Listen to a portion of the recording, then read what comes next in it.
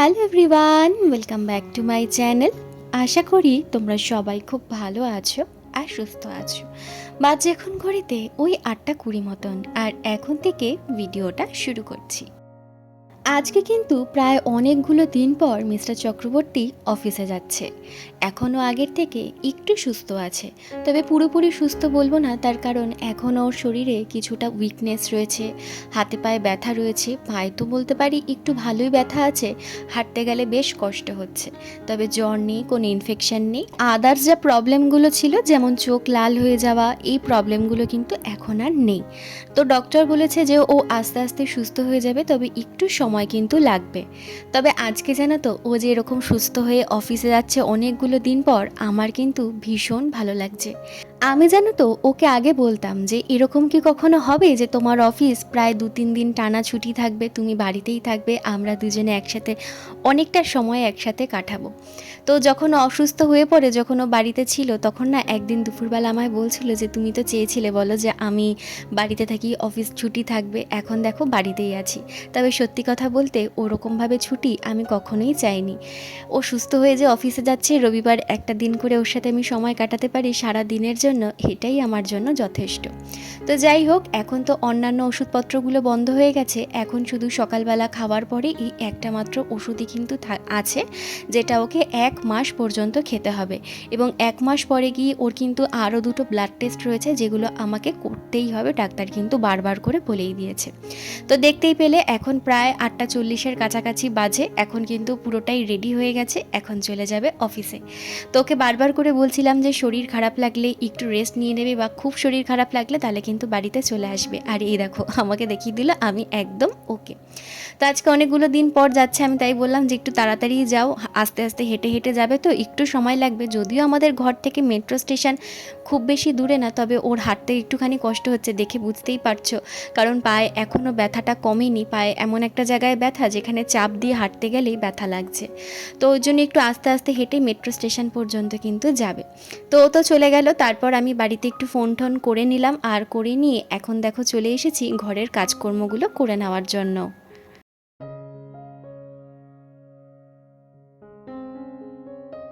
এই কয়েকটা দিন ধরে জানো তো, বাড়ির প্রত্যেকটা মানুষ খুব চিন্তার মধ্যেই কিন্তু কাটিয়েছে। সে আমার বাপের বাড়ি বলো, শ্বশুর বাড়ি বলো, আর 2 দিদিদের কথাই বলো না কেন, প্রত্যেকটা মুহূর্তে মুহূর্তে কিন্তু ফোন করে সবাই খোঁজ খবর নিয়েছে। আমি সবাইকে ফোন করে খোঁজ খবর দিয়েছি। তার কারণ কি, এতটা দূরে থাকি আমরা, কাছাকাছি থাকলে কোনো শরীর খারাপের খবর শুনলে, চোখের সামনে দেখলে টেনশানটা একটু কম হয়, কিন্তু কোনো শরীর খারাপের খবর শুনলে আর সে যদি দূরে থাকে, চিন্তা কিন্তু তার দ্বিগুণ বেড়ে যায়। আর সত্যি কথা বলতে, যেই দিনকে আমি শুনেছিলাম যে ওর ডেঙ্গু ধরা পড়েছে, সেই দিন তো আমারই নিজের চিন্তায় মাথা খারাপ হয়ে যাওয়ার মতন অবস্থা হয়েছিল। সেটা তো তোমরা দেখেইছো, ওই কয়েকটা দিন আমি কিভাবে কাটিয়েছি। তার মধ্যে থেকে তো শুধু 3 দিনের ভিডিও আমি তোমাদের সাথে শেয়ার করেছি, গোটা একটা সপ্তাহ ধরে বা 1 সপ্তাহের বেশি, 10 দিন ধরে যা মানে গেছে বলবার মতন না। তো যাই হোক, বেশ কয়েকটা দিন পর এখন একটু ভালো লাগছে। আর সত্যি কথা বলতে আমি এটা ভীষণভাবে মানি যে জীবনের একটা না একটা সময় ওঠাপড়া আসাটা ভীষণভাবে দরকার। আজকে এই যে খারাপ সময়টা আমি পার করে ভালো সময়টায় এসছি, এই যে আমি আজকে এতটা খুশি, এটা হয়তো খারাপ সময়টা না আসলে বুঝতেই পারতাম না যে ওর অফিস যাওয়াতে আজকে আমার ঠিক কতটা ভালো লাগছে আর কতটা আনন্দ লাগছে, এবং ওর সুস্থ হওয়াতে। তো এরকমই আমাদের মাঝে মাঝে জীবনে কিছু ওঠাপড়া আসে, যে খারাপের পর একটা ভালো অনুভূতি কিন্তু আমাদের জীবনে আসে, এবং সেই ভালো অনুভূতিটা আমাদের জীবনের সারা জীবনের জন্য একটা মুহূর্ত হয়ে যায়। আর একটা জিনিসও কিন্তু খুব ভালো করে বোঝা যায়, সেটা জানো তো কি, জীবনের যখন ওঠাপড়ার সময়টা আসে, সেই সময় কিন্তু আমরা খুব ভালো করে আমাদের কাছের মানুষকে চিনতে পারি। ভালো সময় তো সবাই ভালো সাথ দিতে পারে, কিন্তু খারাপ সময় যে কজন পারে, ওই খারাপ সময় আসলে কিন্তু আমরা তখন মানুষকে বুঝতে পারি এবং চিনতে পারি যে কে আমার জন্য কতটা আপন আর ঠিক কতটা পর। তো যাই হোক, অনেকগুলো কথাই তোমাদের সাথে শেয়ার করে ফেললাম, আর এদিকে দেখো আমি কিন্তু ঘর গোছাতে চলে এসেছি। আর আজকে জানো তো, বিশেষ রান্নাবান্নার আমার কোনো তাড়াহুড়ো নেই, তার কারণ অনেকগুলো দিন পর আজকে আমার ঘরে একটা জিনিস হয়েছে, মানে রান্না হয়েছে, আর সেটা মিস্টার চক্রবর্তীর আবদারে। আজকেই ও পান্তা ভাত খেতে চেয়েছে অনেকগুলো দিন পর, প্রায় ধরো বছরখানেক হয়ে গেছে। আগের বছর তো পান্তা খাওয়াই হয়নি এই অফিসে যাওয়ার চক্করে, অফিসের টিফিন দিয়ে দেওয়ার চক্করটায়। তো বাড়িতেও ও খুব কম থাকে, তো সেই কারণের জন্য পান্তা আমাদের দুজনেরই কারোরই খাওয়া হয়নি। আর আমরা দুজনে পান্তা খেতে ভীষণ ভালোবাসি।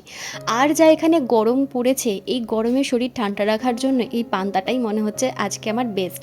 তো গতকালকেই ভাত করে ঠান্ডা করে ভাত জল দিয়ে রেখেছিলাম। আজকে শুধু রান্না বলতে একটু আলু সিদ্ধ করব, আর তার সাথে করব একটু ডালের বড়া। পান্তা ভাতের সাথে আমার কিন্তু আলু সিদ্ধটাই ভীষণ ভালো লাগে। আর মিস্টার চক্রবর্তীও খেতে চেয়েছে, তবে ওকে আলু খুব বেশি দেওয়া তো ঠিক নয়। তো সেই কারণের জন্য তার সাথে থাকবে কিছুটা ডালের বড়া। ডালের বড়া শুধুমাত্র ওর জন্য, আমার আর ডালের বড়া লাগবে না। তো সেই কারণের জন্য ভাবলাম কি ঘরের কাজকর্মগুলো আগে করিনি, তারপর আস্তে ধীরে কিন্তু রান্নাঘরে ঢুকবো। এখন জানো তো চেন্নাইতে প্রচুর পরিমাণে কিন্তু গরম পড়ে গেছে, মানে ফিল লাইক 46-47 পর্যন্ত চলে যাচ্ছে এখনই। এখন তো দিন বাকি আছে, জানি না পরে কি করব। আর শুনেছি তো এই বছরে প্রচণ্ড পরিমাণে গরম পড়বে। আর রান্নাঘরে বেলায় রান্না করতে যাওয়াটা যে কি কষ্টকর, মানে কি বলবো তোমাদেরকে। তো এখন ঠিক করেছি যে সকাল সকালই রান্নাবান্নাটা একদম কমপ্লিট করে নেব। আমার একটু তাড়াতাড়ি ঘুম থেকে উঠতে হবে, ঘুম থেকে উঠে তাড়াতাড়ি রান্নাবান্নাটা আমি কমপ্লিট করে নিলে আমার এই বেলায় আর রান্নার মানে চাপটা আর থাকবে না, আর গরমে আমাকে কষ্টও করতে হবে না। আর যদি বেশি রান্না থাকে তাহলে আগের দিন করে ফ্রিজে ঢুকিয়ে রাখবো, মানে আর কিচ্ছু সত্যি পারছি না ভাবতেই রান্নার জন্য। সন্ধেবেলা রুটি করতে গেলে, মানে রাত্রেবেলা রুটি করতে গেলে পুরো ঘেমে ঠেমে স্নান করে যাই, ওই রাত্রেবেলা আবার স্নান করতে হয়। তো প্রচণ্ড কষ্ট হচ্ছে এই গরমটায়, ফ্যান চালিয়ে নিলেও প্রচণ্ড কষ্ট। তো গতকালকে না ঠাকুরের বাসনগুলো আর মেজে রাখা হয়নি, তো ভাবলাম কি আজকে তো সেরকম রান্নাবান্নার কোনো চাপ নেই, তা আজকেই না হয় ঠাকুরের বাসনগুলো মেজে ফেলবো। তো আজকে বৃহস্পতিবার, ঘটফট সমস্ত কিছুই বাইরে বার করে রেখেছিলাম।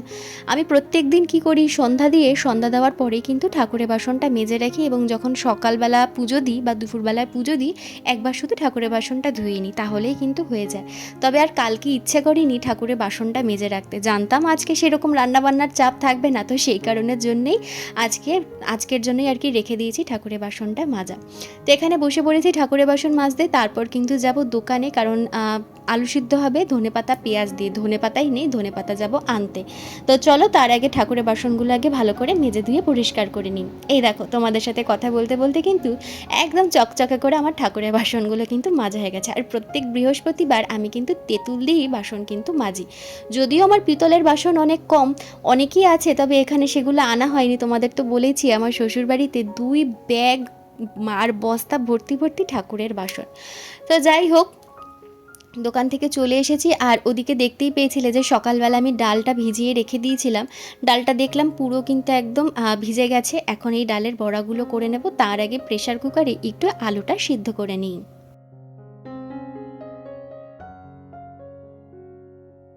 মাত্র 1 মাস হলো বাড়ি থেকে ঘুরে এসেছি, আর এরই মধ্যে কিন্তু আমাদের দুজনেরই মনে হচ্ছে যে কতগুলো দিন হয়ে গেল বাড়িতে যাইনি, আবার কবে একটু বাড়িতে যেতে পারবো।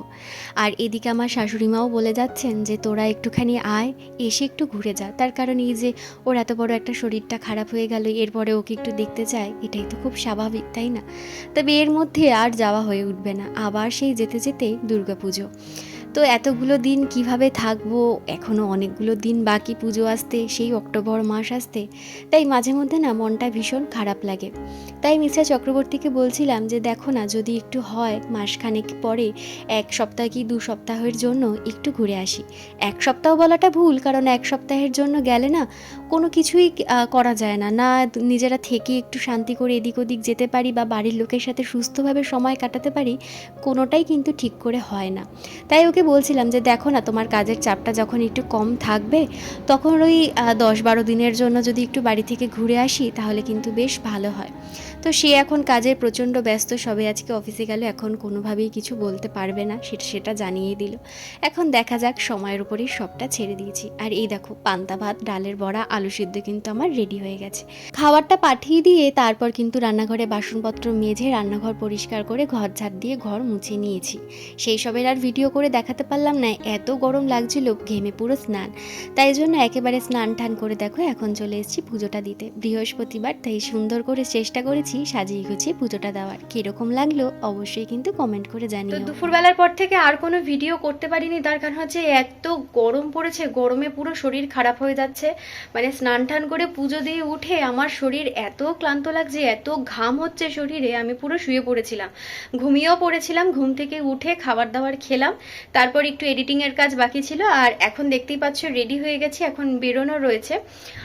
একটু রাস্তায় টুকিটাকি জিনিসপত্র কেনার আছে, সেগুলো কিনবো করতে মানে ভাবছি, কিন্তু আর যাওয়া হচ্ছে না। গতকালকে যাওয়ার কথা ছিল, গতকালকেও যাওয়া হয়নি, তো ভাবলাম তো আজকে যখন যাওয়াই হচ্ছে ভাবলাম যে চলো ভিডিওটা এন্ড করিনি, কারণ ভিডিওটা শেষ করা হয়নি। তো চলো আজকের জন্য ভিডিওটা এখানেই শেষ করে দিচ্ছি। দেখা হচ্ছে আগামীকাল নতুন আর একটা ভিডিও নিয়ে। ততক্ষণের জন্য সবাই সুস্থ থেকো, ভালো থেকো। আর ওদিকে মিস্টার চক্রবর্তীও চলে এসছে, তো এখনই আমরা বেরোবো। তো চলো আজকে এখানেই শেষ করে দিলাম। আর ভালো লাগলে অবশ্যই চ্যানেলটা সাবস্ক্রাইব করে দিয়ে আমার পাশে থেকো। টাটা।